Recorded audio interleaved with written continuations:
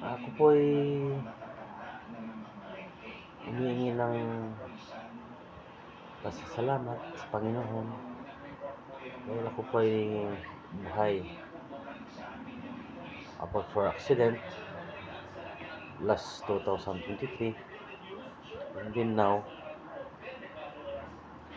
nahihirapan kong tumayo at nahihirapan din humiga, hindi napakali, nahihirapan akong maglakad. Kaya sobrang hirap ang buhay ko ngayon, walang-wala ako. Kung pwedeng umabot kay Sir Idol Rapi, why not? Bakit hindi? Isa na po akong PWD at ang kasama ko naman sa bahay, isang senior. So ngayon po, hindi po ako makapag-drive ng maayos.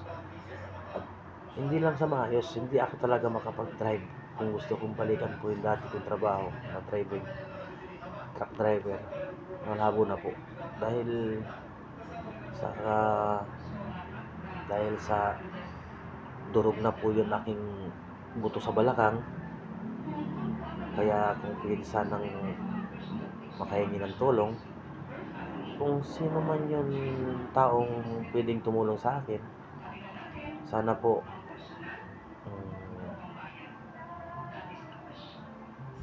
mapakinggan ako, o ma-share man sa ibang tao, o ma-share man kay Idol Rapi.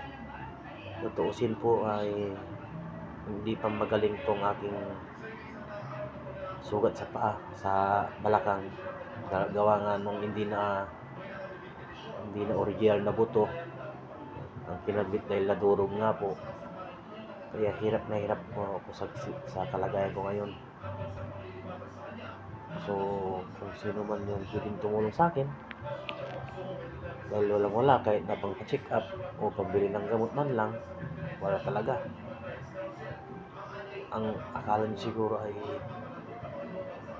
ito lang, simple lang ako, simpleng mamumuhay lang po ako. Kaya lang, hirap na sa ngayon. Kahit na pambili po ng gamot o pampacheck up, dapat sana yung monthly ang check up ko.